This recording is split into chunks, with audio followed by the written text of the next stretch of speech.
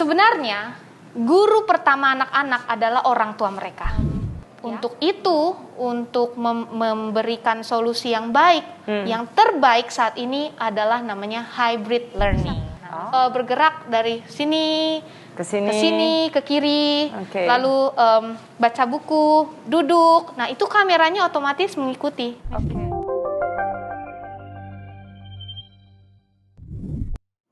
Selamat datang di Nakamura Edu Talk. We share, we educate, and we inspire you.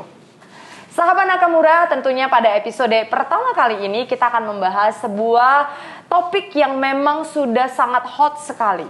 Karena kenapa? Banyak sekali kita menemukan sekolah-sekolah, orang tua, murid, semuanya juga mulai merasa kelabakan dengan sistem pembelajaran online ini yang membuat mereka resah. Bagaimana sih anak-anak semuanya bisa bersekolah dengan nyaman, orang tua juga bisa memastikan anak-anak bisa belajar dengan nyaman, guru-guru dan sekolah juga berharap mereka bisa bertemu dengan murid-muridnya. Tentunya hari ini di dalam Nakamura Edu Talk saya menghadirkan seorang narasumber yang memang sudah berkompeten di bidangnya. Beliau adalah seorang guru yang telah memilih menjadi tenaga pendidik sejak tahun 2007 hingga saat ini.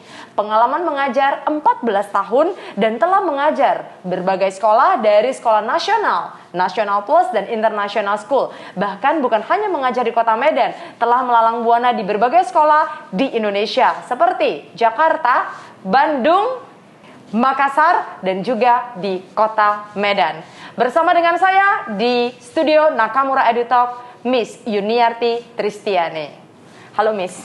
Halo Miss Lisa Chang. Halo, gimana kabarnya Miss? Sehat? Baik, sehat sekali. Miss Lisa Chang gimana? Aduh, saya juga sangat sehat. Miss, saya pengen tahu, dengan usia yang sangat muda, pengalaman 14 tahun mengajar, kenapa memilih menjadi guru? Karena saya senang mengajar. Karena saya suka mengajar. Saya senang, yang jelas saya cerewet ya pasti. Saya suka ngomong, saya suka membagikan apa yang saya tahu, apa yang saya rasa. Makanya saya rasa mengajar itu tempat yang cocok ya, platform yang cocok buat saya menyalurkan bakat saya. Karena suka berkomunikasi dan bertemu dengan orang ya. Betul. Ini sejak tamat SMA sampai sekarang menjadi guru, nggak pernah pindah profesi lain ini? Sebenarnya bukan sejak tamat SMA ya, waktu masih mengajar SMA sendiri saya juga udah coba ngajar bukan di sekolah formal ya, di gereja begitu ya, ada sekolah minggu namanya mengajar anak-anak. Saya sudah lakukan itu dan sejak saat itu sampai saat ini saya tidak pernah tidak mengajar, tidak pernah vakum, tidak pernah stop dari mengajar begitu. Waduh, berarti tidak berencana untuk pindah profesi Miss ya? Saya rasa enggak sih. You enjoy it so much. Jadi untuk sahabat Nakamura, saat ini Miss Yuniarti juga dipercayakan menjadi kepala sekolah di salah satu sekolah ternama Kota Medan, yaitu Nakamura School. Betul. Dan sekarang dengan profesi sudah menjadi kepala sekolah, pasti bebannya udah berbeda dong Miss. Artinya pasti ada tanggung jawab lebih yang diberikan dari pihak sekolah kepada Miss. Kita ketahui bahwasannya pendidikan di Indonesia juga sudah semakin berusaha memberikan yang terbaik kepada rakyatnya dan murid-muridnya. Hanya saja kita menemukan bahwasannya di masa pandemik ini udah mulai heboh ini. Salah satunya lockdown yang paling pertama kali dilakukan itu adalah sekolah diberhentikan. Itu di Maret 2020. Betul, itu kita merasakan sekali ya. Kita juga di dalam 1 tahun ajaran yang tinggal 1 term lagi, tinggal 3 bulan terakhir, tiba-tiba stop gitu. Iya, kaget. Kaget ya Miss ya. Pada kala itu sistem pembelajaran yang offline harus beralih ke online. Persiapannya gimana itu Miss? Dalam kurun waktu yang sangat singkat sekali pada kala itu. Pertanyaan yang bagus sekali ya. Untuk mengingat itu kita kembali ke belakang. Tiba-tiba sekolah diberhentikan. Akhirnya apa yang kita buat? Kita harus berpikir bagaimana kita bisa deliver pelajaran untuk anak-anak yang sedang dirumahkan begitu ya. Jadi ya kita mau tidak mau guru berkumpul di sekolah setiap hari mencari tahu apa yang bisa kita buat. Yaitu yang pasti yang pertama kali mencari platform video conference yang paling cocok ini apa. Kita coba langganan ini, langganan itu. Sampai ada juga orang tua yang bertanya, ini kok ganti terus gitu ya. Saking kita pingin coba cari yang terbaik begitu. Coba video conference platform, coba LSM ya, Learning System Management itu cari yang terbaik itu apa. Kita coba ini itu. Dan kita sampai akhirnya saat ini kita sudah lebih baik, jauh lebih baik. Belum yang terbaik karena kami masih terus berinovasi, tapi sudah jauh lebih baik dibanding Maret 2020. Oke.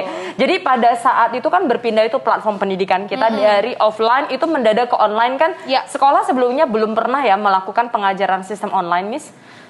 Sebenarnya bagaimana ya? Karena kita juga punya beberapa guru yang ada di Indonesia tapi sering pergi ke Jepang. Nah, bukan benar-benar sesuatu yang baru begitu.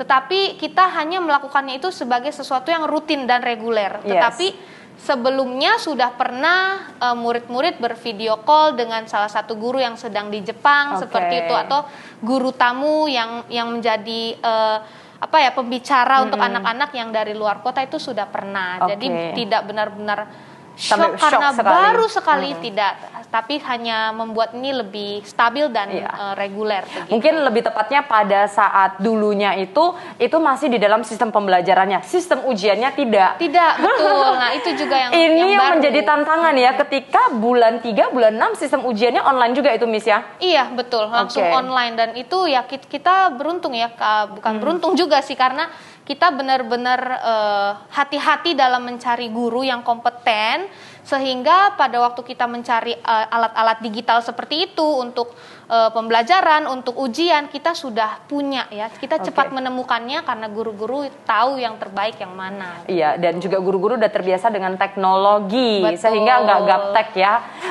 Tetapi pada masa ujian semuanya juga dilakukan secara online. Dan ternyata Juli 2020 harapan kan sekolah bisa kembali nih.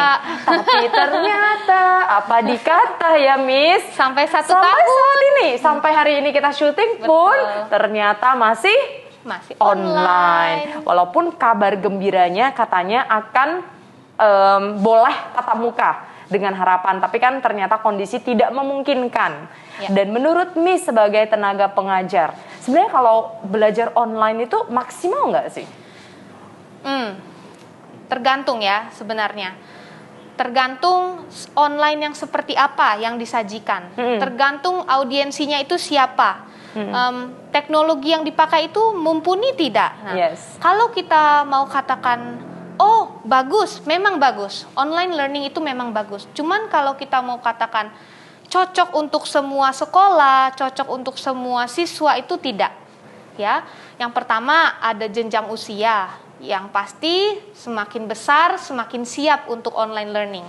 Yang kecil, apalagi umur-umur ya untuk PAUD ya. PAUD ya, prasekolah itu yang pasti mereka tidak bisa mandiri untuk online learning ya. Mereka membaca saja belum bisa. Jadi apalagi mengoperasikan perangkat seperti itu yang kompleks ya, pasti butuh bantuan. Nah, itu usia. Ada juga jenjang usia, setelah usia juga ada kemampuan ya untuk mempersiapkan teknologi itu sendiri. Sejauh apa dana yang dialokasikan, sebanyak apa dana yang dialokasikan untuk mempersiapkan peralatan canggih itu.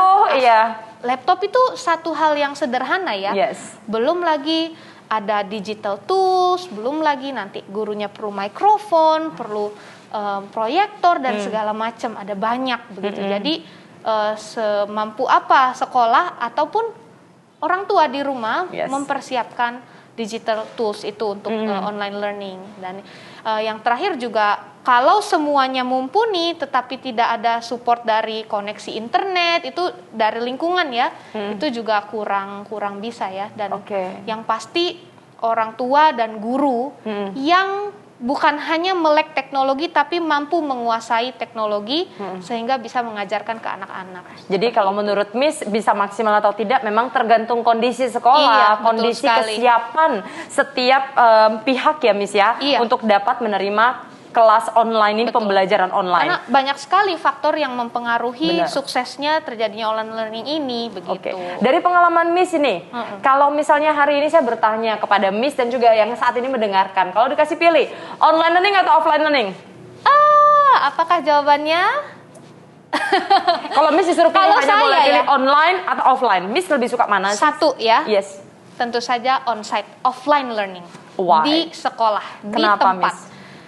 Karena saya seorang guru, Miss Lisa Chang. Karena menjadi seorang guru itu bukan hanya deliver atau Mengajar. transfer knowledge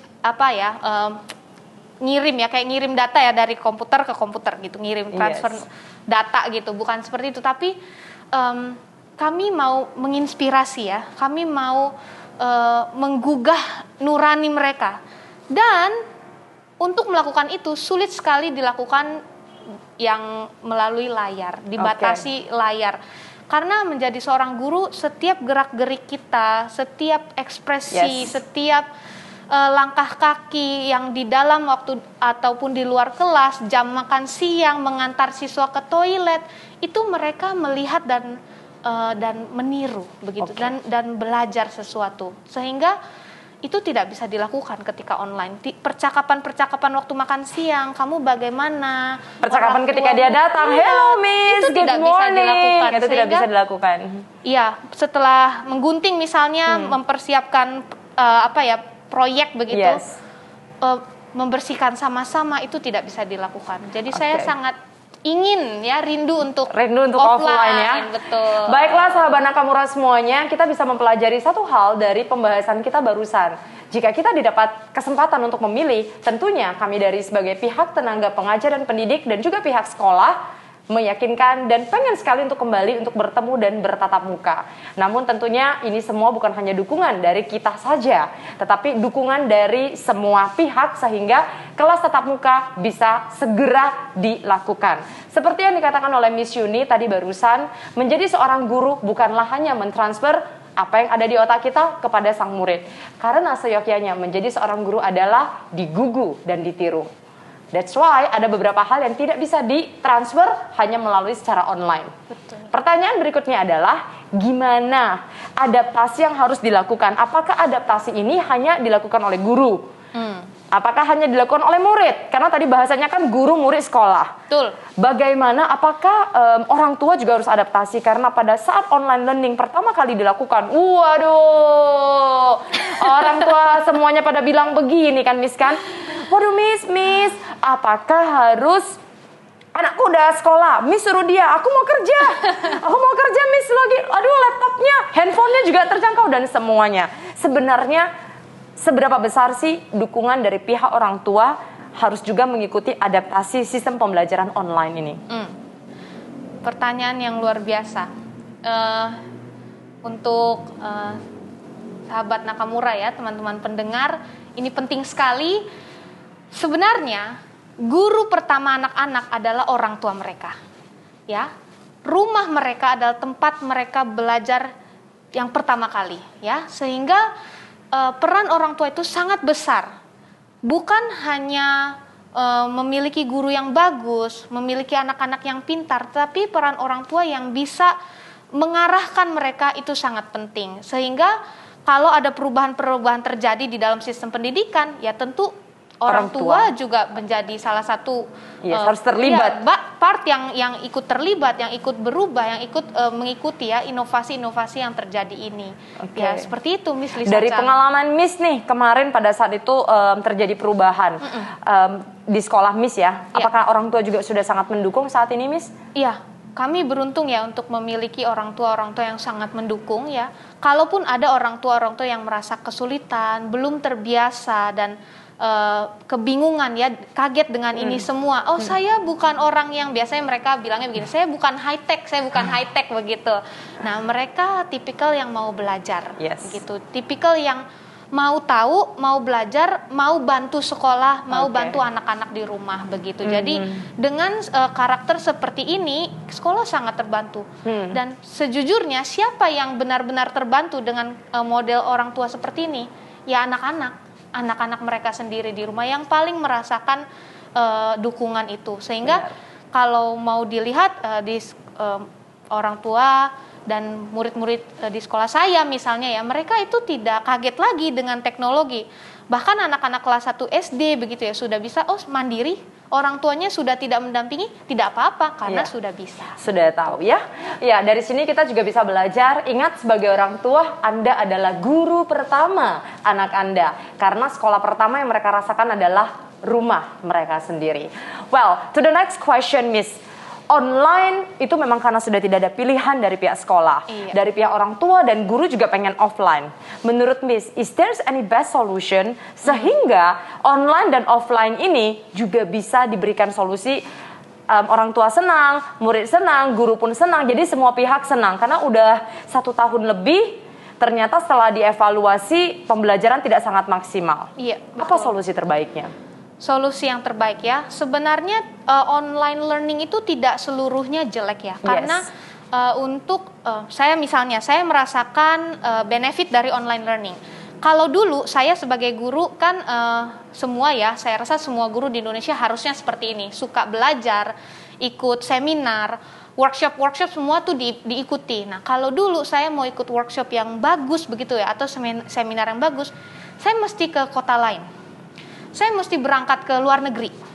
Tetapi karena situasi seperti ini yang memaksa institusi pendidikan untuk membuka kelas-kelas online, jadi saya yang ada di Indonesia, yang di Medan, bisa belajar course yang ada di Inggris, yang ada di Australia. Benar. Karena mereka membuka online dan sekarang ini sangat mudah mengakses yang seperti itu. Juga sama murid-murid kami yang semenjak pandemi tiba-tiba ada sesuatu yang membuat mereka harus sementara keluar kota, tetap bisa melakukan pembelajaran itu karena online ya. Jadi ada benefitnya. Cuma ya itu tadi Miss Lisa Chang katakan ada keterbatasan yang dihadapi ketika melakukan pembelajaran online itu sangat banyak, dan keterbatasan ini sangat mengganggu sebenarnya.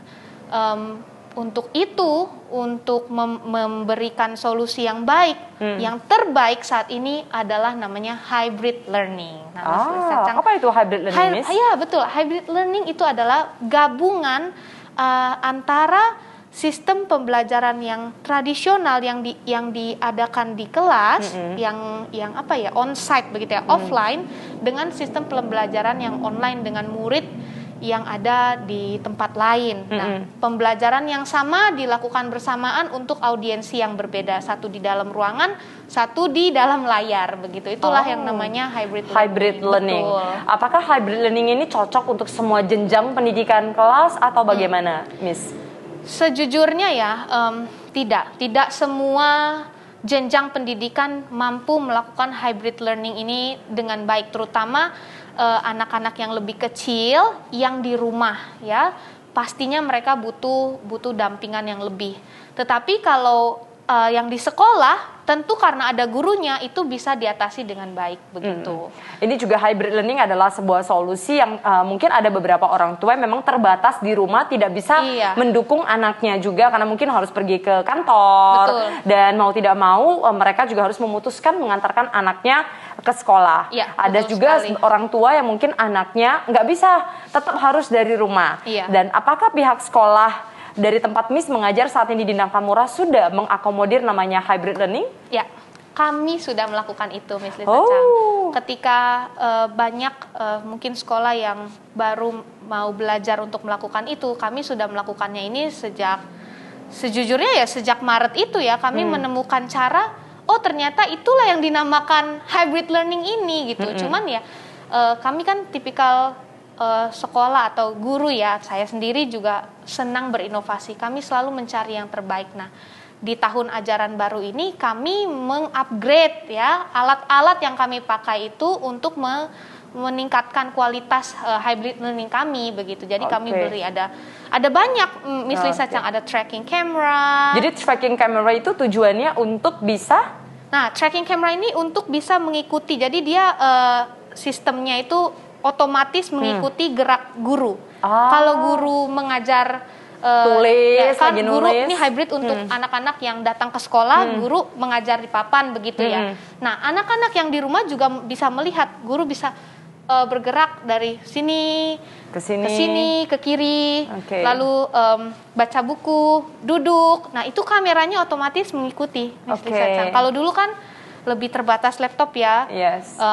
Memang ada digital whiteboard, kita pakai digital pen juga, semua digital gitu ya. Cuman kami rasa ini kurang ya. Bagaimana kalau kita juga mau pakai papan yang ada di dinding? Oh, ini namanya tracking camera bantu. Dan ini juga bisa memaksimalkan anak-anak yang di rumah, they feel like is alive. Betul. Jadi seperti live banget gitu ya. Kalau orang bilang vibe classroomnya dapat banget kerasa gitu. Iya. Nah, selain dari tracking kamera, itu adalah salah satu solusinya. Gimana dengan suaranya, Miss? Apakah kan kamera cuman gerak nih, suaranya nanti terekam nggak? Ya, kalau pakai laptop kan jauh ya kalau gurunya bergerak ke sana kemari. Nah, ini sama seperti yang kita pakai saat ini ya, clip on microphone itu kita juga pakai. Gitu. Jadi ada banyak sih alat-alat yang kita pakai di sekolah kami begitu ya. Ada earbuds atau orang bilangnya AirPods begitu ya. Ada juga clip on microphone seperti ini, ada projector, ada document camera. Itu tergantung kebutuhan gurunya. Jadi gurunya merasa perlu yang mana, ya sekolah menyediakan begitu. Nah, berarti kan kondisinya apakah guru yang berada di dalam kelas hybrid learning itu juga bisa menonton murid-murid yang lagi ada di rumah? Dia juga bisa lihat. Iya. Tentu, karena kami ada televisi, juga ada proyektor, jadi kami bisa memantau. Di saat kami duduk atau melihat murid atau mengajar, kami melihat anak-anak yang sedang duduk di depan kami. Secara live dan kami dari sana? Kami melihat di televisi besar atau yang kami bisa pilih, mau di project ke dinding atau dibuka di televisi anak-anak yang sedang di rumah. Jadi kalau mereka angkat tangan begini, kita, iya silahkan. Terus kita kembali lagi ke laptop. Ya, jadi kami melihat mata anak-anak, melihat kamera seolah-olah melihat mata anak-anak. Dan hybrid learning ini untuk di tahun ajaran baru ini akan dibuatnya, diprosesnya ini pastinya untuk semua jenjang pendidikan di Nakamura. Iya, betul. Di SD ini kami lakukan untuk semuanya. Begitu. Jadi dari sini kita bisa melihat bagaimana keseriusan Nakamura untuk memberikan yang terbaik. Mungkin ini adalah solusi terbaik kah, Miss, menurut Miss untuk saat ini? Saat ini, ya, ini adalah solusi terbaik, ya. Karena situasi seperti ini, ya kami mengerti, kami juga bukan orang yang nggak ada lah COVID itu udah tabrak aja, kan nggak mungkin seperti itu. Buktinya kami sekarang kita pakai masker ya, Miss Lisa Chang. Kita mengerti situasi, kita taati protokol, dan ada keluarga-keluarga yang memilih untuk online learning dikarenakan pandemi ini juga kami mengerti dan kami mengakomodasi itu. Jadi inilah solusi terbaik saat ini. Jadi sahabat Nakamura, somehow there is no other choices yang harus dilakukan oleh pihak sekolah ketika untuk mengakomodir untuk murid-murid yang pengen datang ke sekolah dan juga mengakomodir masalah-masalah mungkin orang tua masih takut untuk mengantarkan anaknya ke sekolah. I think for now hybrid learning is the best solution. Dan Nakamura sudah mengakomodir hybrid learning di tahun ajaran baru ini. Sekarang saya pengen tanya pertanyaan yang hampir di penghujung acara kita ya, Miss ya. Ya. Miss, beberapa tahun silam, kayaknya udah cukup lama sih. Miss pernah tahu nggak sih, pernah dengar bahasa begini? Suatu hari, profesi yang dilakukan oleh manusia bisa digeser oleh teknologi. Pernah dengar ini ya, Miss ya? Ya. Apa opini Miss? Karena pada masa pandemik ini, sepertinya ada banyak sekali kasus-kasus yang mengatakan, I think it's impossible. But what is your opinion? Saya rasa enggak. Apalagi untuk profesi guru ya? Betul, karena saya seorang guru dan saya sudah berusaha memakai berbagai teknologi untuk membantu siswa. Rupanya masih kurang. Bayangkan saja, Miss Lisa Chang, saat ini di Medan ya, sudah ada lebih dari 100.000 pelajar. Dan selama setahun kemarin, mereka semua sudah melakukan yang namanya online learning. Mereka sudah memakai berbagai macam teknologi yang terbaru. Pasti sekolah-sekolah mereka, guru-guru mereka juga memberikan yang terbaik, berusaha memberikan yang paling canggih, paling baru, AI semuanya.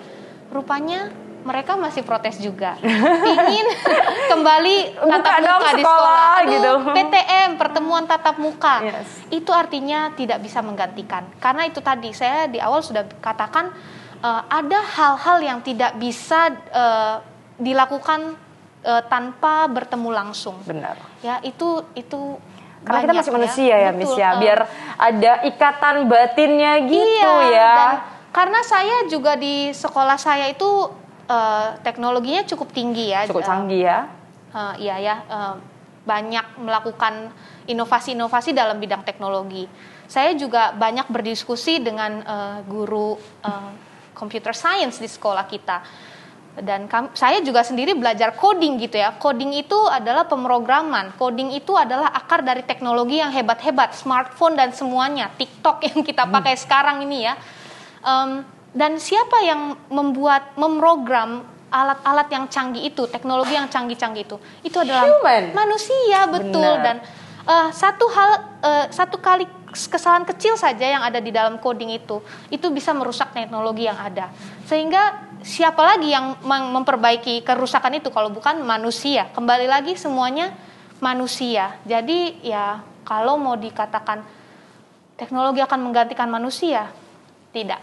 Oke, yes, that's why apabila Anda sudah kangen untuk bertemu di sekolah, ayo kita semuanya senantiasa untuk melakukan menjaga protokol kesehatan. Dan pastinya melakukan 6M. Sekarang udah tambah lagi loh, Miss. 1M-nya lagi. Coba. Oke, pertanyaan terakhir kepada Miss Yuni. Sebagai tenaga pendidik, pengajar, adakah pesan yang ingin disampaikan kepada sahabat Nakamura yang saat ini mendengarkan? Oke. Untuk sahabat Nakamura di rumah, ya, untuk para orang tua, tetap semangat, jangan patah semangat bersama anak-anak, bersama guru-guru, ya, bersama saya, kita bisa bergandengan tangan untuk melakukan yang terbaik untuk anak-anak kita, ya. Jadi seseorang yang mau belajar, mau berubah, itu pasti bisa, ya. Tidak ada yang tidak mungkin. Semuanya demi anak-anak kita.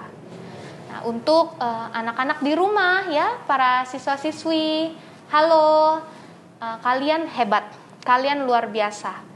Tidak ada angkatan yang seperti kalian sebelumnya. Kalian tiba-tiba disajikan teknologi yang berbagai macam dan kalian survive. Dan bukan hanya survive, banyak dari kalian yang sangat menikmati proses ini. Terus berjuang, jangan patah semangat. Kalian akan menjadi seseorang yang hebat di masa depan. Kalianlah pemimpin dunia di masa depan. Dan untuk teman-teman guru, ya, teman-teman guru dimanapun kalian berada, kita sama-sama melakukan yang terbaik. Jangan lupa berinovasi terus-menerus untuk menyajikan yang terbaik, dan kita selalu belajar bersama anak-anak.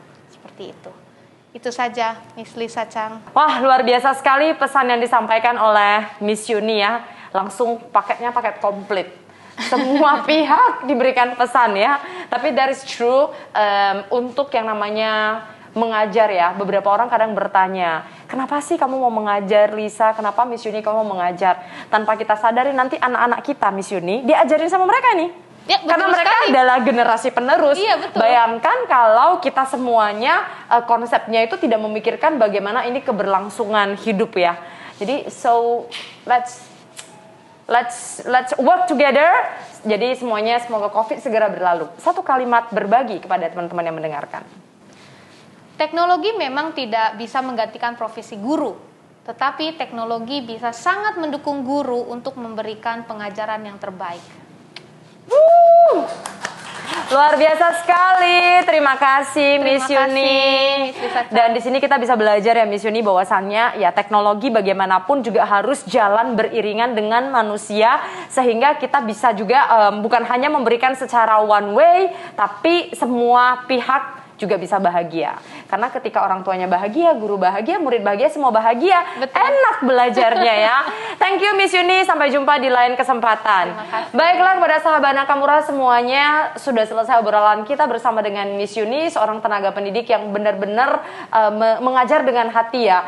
Saya secara pribadi bisa melihat bagaimana Miss Yuni ini berusaha untuk memberikan yang terbaik kepada guru-gurunya, sehingga semuanya bisa memberikan yang terbaik juga kepada murid-muridnya.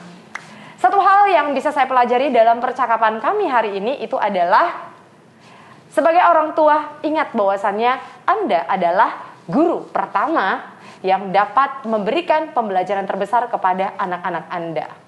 Dan sebagai guru, ingatlah bahwasannya Anda adalah seseorang yang digugu dan ditiru. Apapun yang Anda lakukan, baik di dalam proses belajar mengajar offline dan maupun online, itu adalah tindakan yang tentunya akan dapat digugu dan ditiru oleh murid-murid Anda.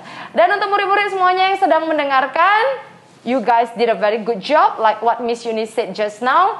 Karena kapan lagi sih bisa merasakan ujian online seperti ini? Seperti kata teman saya bahwasannya ini saatnya lah Anda diuji bukan berdasarkan nilai, tapi Anda diuji berdasarkan iman. Oke.